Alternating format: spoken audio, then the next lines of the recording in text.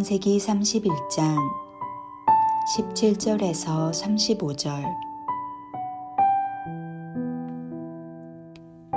야곱이 일어나 자식들과 아내들을 낙타들에게 태우고 그 모은 바 모든 가축과 모든 소유물 곧 그가 밧단 아람에서 모은 가축을 이끌고 가나안 땅에 있는 그의 아버지 이삭에게로 가려 할세.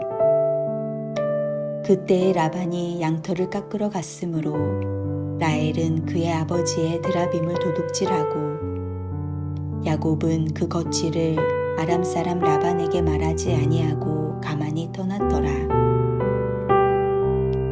그가 그의 모든 소유를 이끌고 강을 건너 기르앗산을 향하여 도망한 지 3일 만에 야곱이 도망한 것이 라반에게 들린지라. 라반이 그의 형제를 거느리고 7일 길을 쫓아가 기르앗산에서 그에게 이르렀더니 밤에 하나님이 아람 사람 라반에게 현명하여 이르시되 너는 삼가 야곱에게 선악간에 말하지 말라 하셨더라. 라반이 야곱을 뒤쫓아 이르렀으니 야곱이 그 산에 장막을 친지라. 라반이 그 형제와 더불어 기르앗산에 장막을 치고 라반이 야곱에게 이르되 내가 나를 속이고 내 딸들을 칼에 사로잡힌 자 같이 끌고 갔으니 어찌 이같이 하였느냐. 내가 즐거움과 노래와 북과 수금으로 너를 보내겠거늘 어찌하여 내가 나를 속이고 가만히 도망하고 내게 알리지 아니하였으며 내가 내 손자들과 딸들에게 입맞추지 못하게 하였으니 내 행위가 참으로 어리석도다. 너를 해할 만한 능력이 내 손에 있으나 너의 아버지의 하나님이 어젯밤에 내게 말씀하시기를 너는 삼가 야곱에게 선악간에 말하지 말라 하셨느니라. 이제 내가 내 아버지 집을 사모하여 돌아가려는 것은 옳거니와 어찌 내 신을 도둑질하였느냐. 야곱이 라반에게 대답하여 이르되 내가 생각하기를 외삼촌이 외삼촌의 딸들을 내게서 억지로 빼앗으리라 하여 두려워하였음이니이다. 외삼촌의 신을 누구에게서 찾든지 그는 살지 못할 것이요 우리 형제들 앞에서 무엇이든지 외삼촌의 것이 발견되거든 외삼촌에게로 가져가소서 하니 야곱은 라헬이 그것을 도둑질한 줄을 알지 못함이었더라.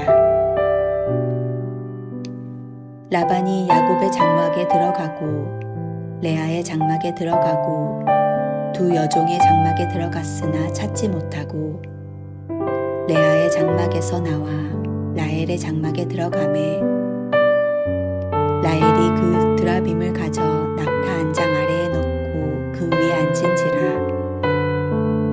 라반이 그 장막에서 찾다가 찾아내지 못하매 라헬이 그의 아버지에게 이르되 마침 생리가 있어 일어나서 영접할 수 없사오니 내 주는 노하지 마소서 하니라. 라반이 그 드라빔을 두루 찾다가 찾아내지 못한지라.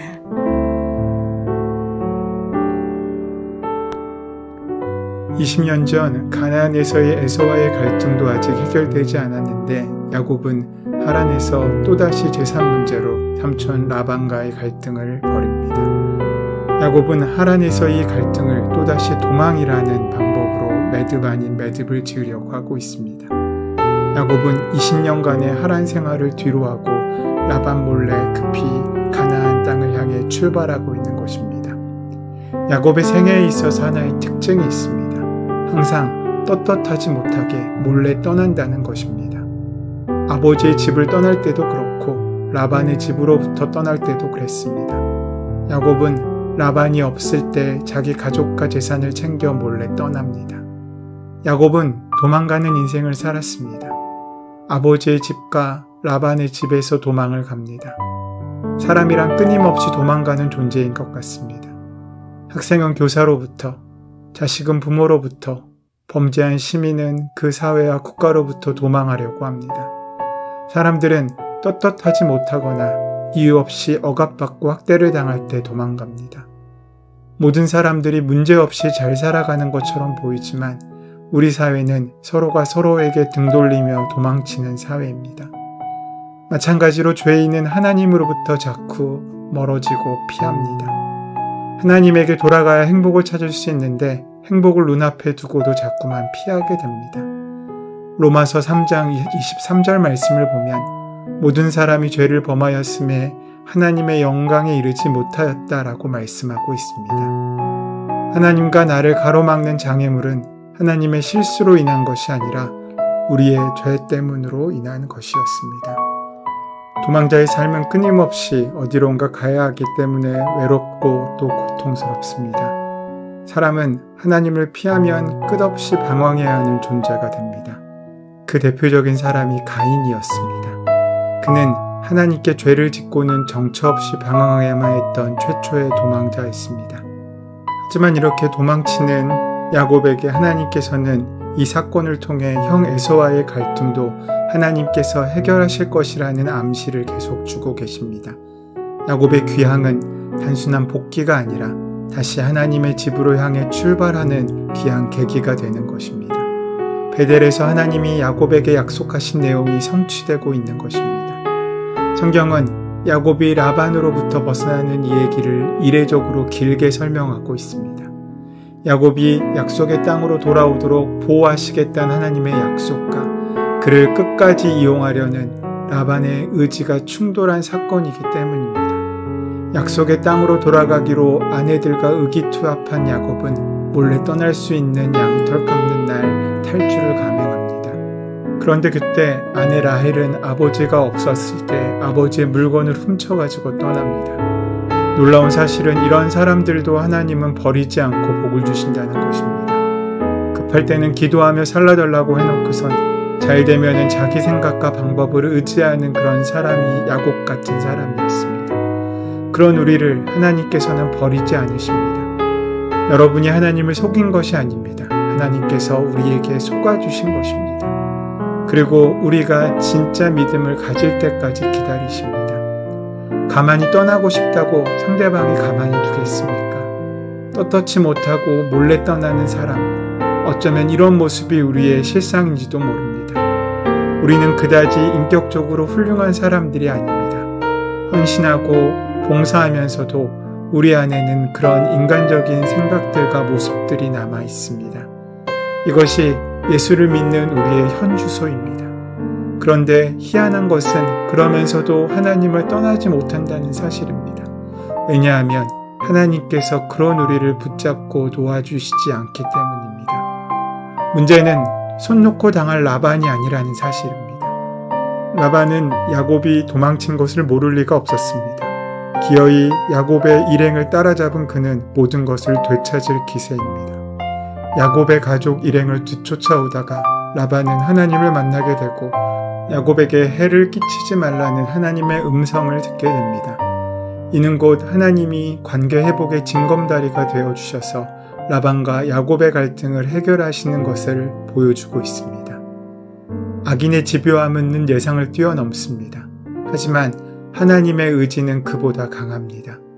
하나님께서 직접 나타나셔서 말씀하시니 라반은 그저 도의적인 책임을 물을 수 있을 뿐이었습니다.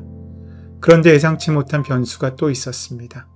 야곱의 아내 라헬은 아버지가 없을 때 아버지의 물건을 훔쳐가지고 나온 것입니다. 여전히 미신을 벗지 못한 라헬이 드라빔이라는 수호 신상을 훔쳐왔던 것입니다.